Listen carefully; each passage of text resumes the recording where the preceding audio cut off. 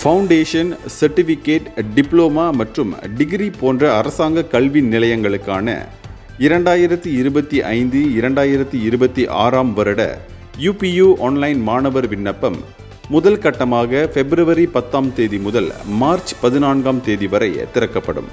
அதே வேளையில் இரண்டாம் கட்ட விண்ணப்பம் ஏப்ரல் 14 முதல் மே 18 வரை திறக்கப்படும்.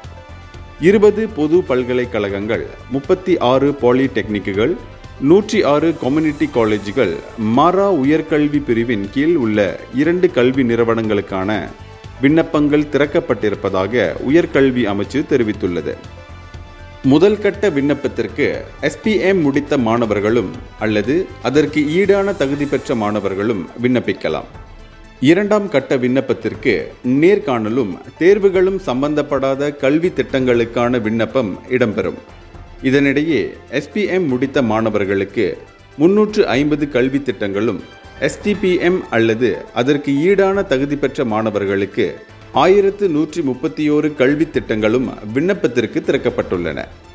மேலும் விண்ணப்பத்திற்கான UPU ஆன்லைன் கடவு பின்களை 350 பேங்க் சிம்பானான் நேஷனல் கிளைகளின் கவுண்டர்களிலும், 700 BSN ATM இயந்திரங்களிலும், மை BSN ஆன்லைன் அக்கவுண்ட் வாயிலாகவும் பிப்ரவரி 9 முதல் பெற்றுக்கொள்ளலாம்.